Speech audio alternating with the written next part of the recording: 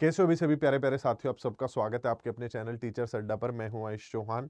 EMRS का जो result आया उसमें आपको एक चीज़ समझनी पड़ेगी। जैसे ये मैं एग्जाम्पल के तौर पे उठा रहा हूं, टीजीटी मैथ्स का रिजल्ट है।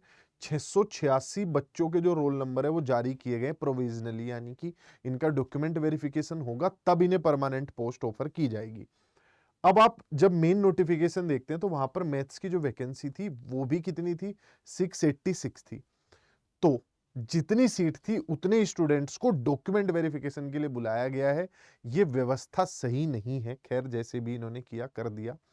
हमेशा डॉक्यूमेंट वेरिफिकेशन में नंबर ऑफ स्टूडेंट्स ज्यादा बुलाए जाते हैं। इंटरव्यू वगैरह की भी लेयर हो तो नंबर ऑफ स्टूडेंट्स 3 गुना तक बुलाए जाते हैं, लेकिन अगर डॉक्यूमेंट वेरिफिकेशन ही था तो एटलीस्ट 1.5 गुना यानी 686 पदों पर लगभग 1000 स्टूडेंट्स को जरूर बुलाना चाहिए था।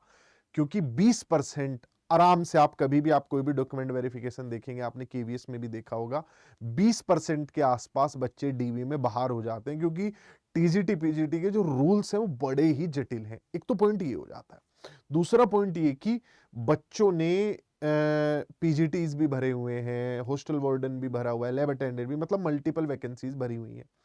अब जब किसी व्यक्ति की 3 जगह सिलेक्शन हो रहे हैं, ऐसे बहुत स्टूडेंट हैं जिनके 3-3 जगह सिलेक्शन हो रहे हैं, जिनके 3 जगह सिलेक्शन हो रहे हैं वो कोई एक पोस्ट पकड़ेंगे, बाकी सब छोड़ देंगे।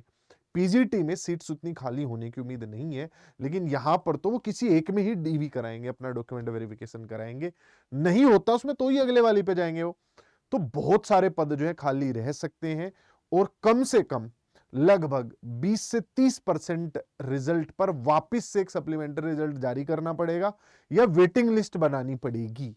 लेकिन वेटिंग लिस्ट भी शुरुआत में जो लिस्ट दी जाती है, डीवी करा ली जाती है, उसके बेसिस पे बनाई जाती है। तो ये एक बड़ी चूक है, बड़ी भूल है, और इस तरीके का रिजल्ट नहीं जारी करना चाहिए था। खैर, अब आप लोगों को जो है मतलब ये कोशिश करनी है। आप मेल कर सकते हैं एमआरएस की वेबसाइट पर, कांटेक्ट कर सकते हैं, जिन भी माध्यम से आप अपनी आवाज उठाना चाहें अवश्य उठाएं। क्योंकि इसमें डीवी की वजह से बहुत सारी सीटें खाली होंगी, जो कि होती हैं, स्वाभाविक सी चीज है। बहुत सारी सीटें इस वजह से भी खाली होंगी क्योंकि बच्चे का मल्टीपल जगह पे सिलेक्शन हुआ है। बहुत सारी सीटें इस वजह से भी खाली हो सकती हैं क्योंकि इस बीच बिहार एग्जाम का रिजल्ट आ चुका था, और बिहार में बहुत से बच्चों को अपने घर के आसपास जॉब मिल गई होगी। तो उम्मीद है कि इस पर कार्रवाई की जाएगी और एक सप्लीमेंट्री रिजल्ट या वेटिंग लिस्ट एटलीस्ट जारी की जाएगी। तो तब तक के लिए बाय बाय, टेक केयर, ध्यान रखिएगा। उम्मीद करता हूं कि ये बदलाव ये हमारे जल्द करे।